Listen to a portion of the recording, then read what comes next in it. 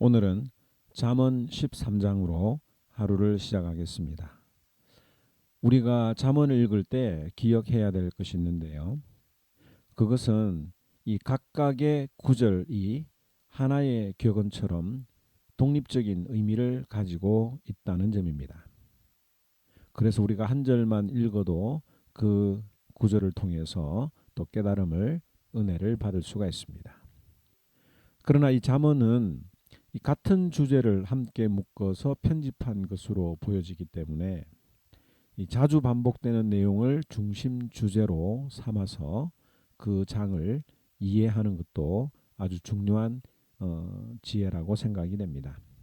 특별히 우리는 이 잠언에서 의인은 지혜로운 자, 또 악인은 미련한 자로 보고 서로 대조해서 구별하고 있는데, 우리가 지난 시간에 살펴보았던 잠언 12장에서는 의인과 악인을 구별하는 그 기준이 언어 생활이라고 했습니다.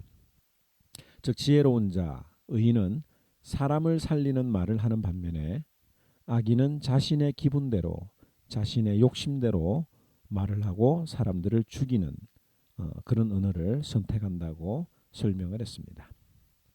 오늘 이 13장에서는 의인과 악인, 지혜로운 자와 미련한 자를 구별할 수 있는 또 하나의 기준을 우리에게 제시해주고 있는데, 그것은 바로 우리가 얼마나 잘 듣는가라고 하는 것입니다. 이 듣는 것에 대해서 오늘 이 13장에서 여러 번 설명을 하고 있는데요. 1절은 지혜로운 아들은 아비의 훈계를 들으나 거만한 자는 꾸지람을 즐겨 듣지 아니하느니라. 여기 듣는다는 이야기가 나오죠. 또 10절에도 교만에서는 다툼만 일어날 뿐이라 권면을 듣는 자가 지혜가 있느니라.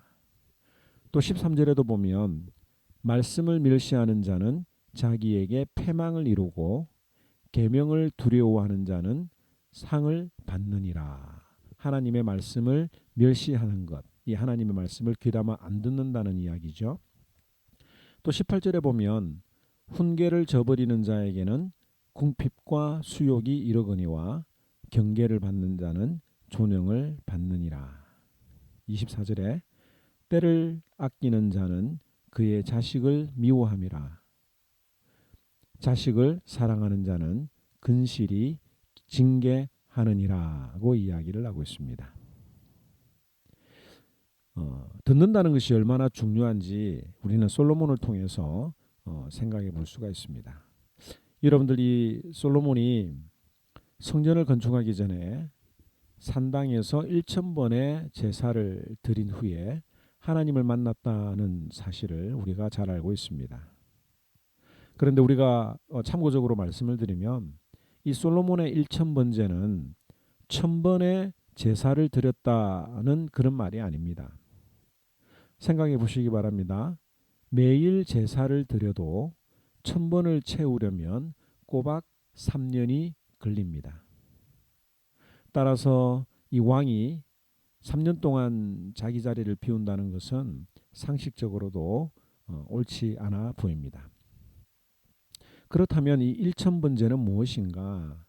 그 내용을 열왕기상 3장 4절에서 잘 설명을 하고 있는데,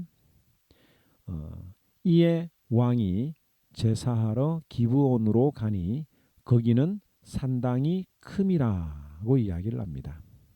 이 솔로몬 왕이 기브온까지 내려간 이유는 제사를 드릴 수 있는 공간이 컸다, 산당이 컸다라고 이야기를 하고 있어요. 그리고 영어 NIV 성경만 보더라도 이것은 1000번의 제사가 아니라 1000개의 예물을 드린 것이라고 말하고 있습니다.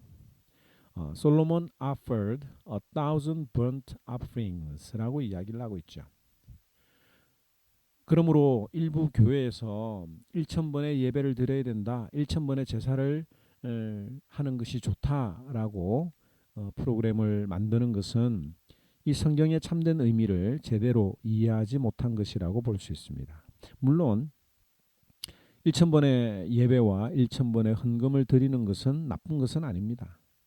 그러나 그것이 무언가를 얻기 위해서 내가 하는 신앙 행위, 즉 기복 신앙이라고 한다면 그것은 잘못된 것이죠. 여기서 1,000번의 제사는 1,000개의 번제물은 솔로몬 자신이 하나님 앞에 드릴 수 있는 최고의 예물을 가지고 하나님 앞에 나아갔다라는 뜻입니다. 그런데 그 예물을 하나님이 받으시고 그 솔로몬의 마음을 받으시고 난 다음에 무엇을 원하느냐, 내가 무엇을 들어주기를 원하냐라고 물었을 때에 솔로몬이 무엇을 구했습니까? 우리가 일반적으로 알기는 지혜라고 말하죠. 솔로몬이 구한 그 지혜가 구체적으로 무엇일까요? 열왕기상 3장 9절에 보면 누가 주의 이 많은 백성을 재판할 수 있사오리까? 듣는 마음을 종에게 주사. 여기 듣는 마음을 종에게 주사 주의 백성을 재판하여 선악을 분별하게 하옵소서. 무엇을 구했습니까? 바로 듣는 마음입니다. 하나님의 음성을 듣고 따르는 마음, 백성의 이야기를 듣고 분별할 수 있는 마음. 솔로몬이 구한 것이 바로 이것이라고 하는 거죠. 마태복음에 나오는 예수님의 아름다운 가르침이 있습니다. 우리가 이것을 가리켜서 산상수훈이라고 하는데요. 그 산상수훈의 결론이 무엇입니까? 마태복음 8장 24절에 보면 그러므로 누구든지 나의 이 말을 듣고 행하는 자는 그 집을 반석 위에 지은 지혜로운 사람 같으니, 또 26절에 나의 이 말을 듣고 행하지 아니하는 자는 그 집을 모래 위에 지은 어리석은 사람 같으리니 라고 이야기를 합니다. 그러므로 지혜로운 사람은 두 귀로 듣는 것으로 끝나는 것이 아니라 듣고 행동으로 실천하는 자가 바로 의인이요, 듣고도 행동으로 실천하지 않는 자가 바로 악인이라고 성경은 말합니다. 그래서 오늘 이 잠언 13장의 내용을 보면 이 지혜로운 자는 말씀을 듣고 가만히 있는 자가 아니잖아요. 그래서 부지런히 움직이는 겁니다. 4절에 보면 게으른 자는 마음으로 원하여도 얻지 못하나 부지런한 자의 마음은 풍족함을 얻느니라. 또 11절에도 보면 망령되이 얻은 재물은 줄어가고 손으로 모은 것은 늘어가느니라. 지혜로운 자는 말씀을 듣습니다. 그리고 그 말씀을 듣고 행동으로 옮기기 때문에 부지런히 일하고 또 그것이 모여서 재산이 늘어가는 반면에 이 게으른 자는, 악한 자들은 망령되이 얻은 재물, 즉 일확천금을 노리듯이 도박하고 또 남을 사기쳐서 돈을 벌기 원하는, 쉽게 돈을 벌기 원하는 그것 때문에 뭐 때로는 운 좋게 돈을 벌 수도 있겠죠. 그러나 그 재물은 결국 줄어들고 말 것이라고 오늘 이 성경은 이야기를 합니다. 그러면서 22절에 말하기를 선인은 그 산업을 자자손손에게 끼쳐도 죄인의 재물은 의인을 위하여 쌓이느니라. 이 세상 사람들이 불의한 방법으로 얻었던 재물들은 다 잃어버릴 것이고 그 재물은 결국 의인을 위해서 사용될 것이라고 이야기를 하죠. 23절에도 이렇게 표현합니다. 가난한 자는 밭을 경작함으로 양식이 많아지거니와 불의로 말미암아 가산을 탕진하는 자가 있느니라. 지혜로운 자들은 하나님의 방법을 듣고 성실하게 부지런히 일해서 열매를 거두는 자들입니다. 반면에 악한 자들은 일하지 않고 돈 벌기 원하고 또 일한 것보다도 몇백 배로 부풀리기를 원하고 남의 것을 갈취해서라도 얻기를 원합니다. 그것이 바로 악한 자죠. 그 이유가 무엇입니까? 옳고 그름의 말씀에, 하나님의 말씀에 귀를 기울이지 않기 때문에, 또 그것을 알아도 실천하지 않기 때문에 그런 거죠. 오늘 이 말씀을 통해서 의인은 하나님의 말씀을 귀로 듣고 가슴으로 깨닫고 손과 발로 실천하는 자다라고 하는 것을 기억하시기 바랍니다.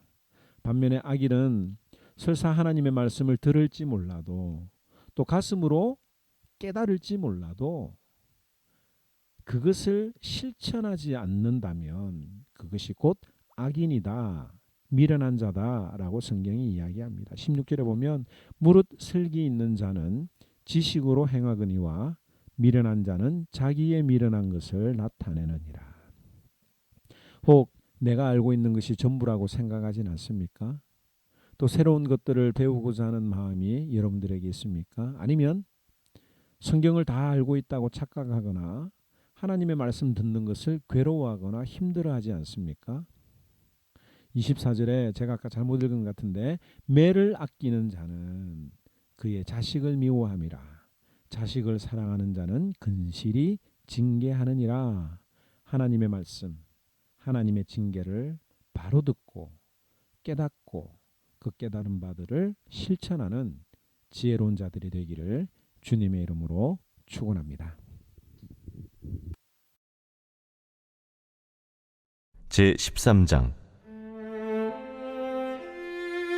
지혜로운 아들은 나비의 훈계를 들으나 거만한 자는 꾸지람을 즐겨 듣지 아니하느니라.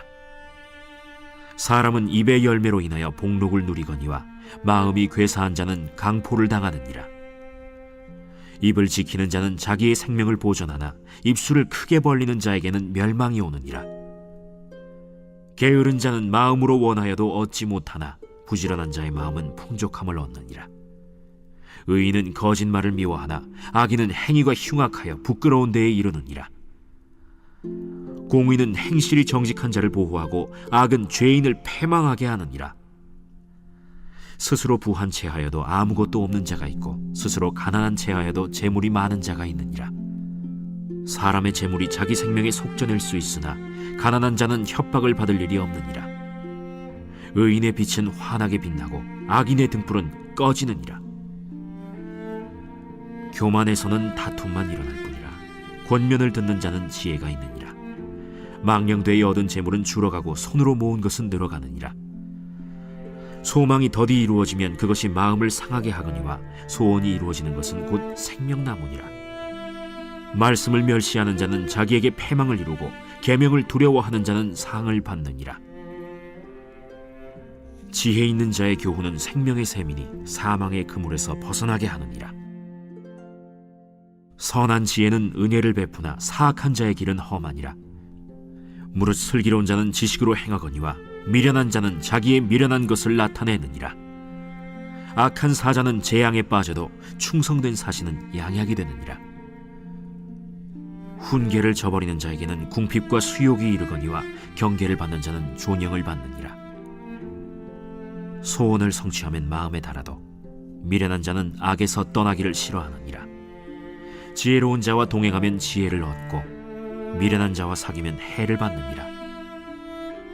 재앙은 죄인을 따르고 선한 보응은 의인에게 이르느니라. 선인은 그 산업을 자자손손에게 끼쳐도 죄인의 재물은 의인을 위하여 쌓이느니라.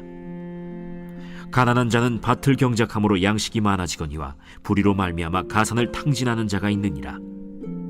매를 아끼는 자는 그의 자식을 미워함이라.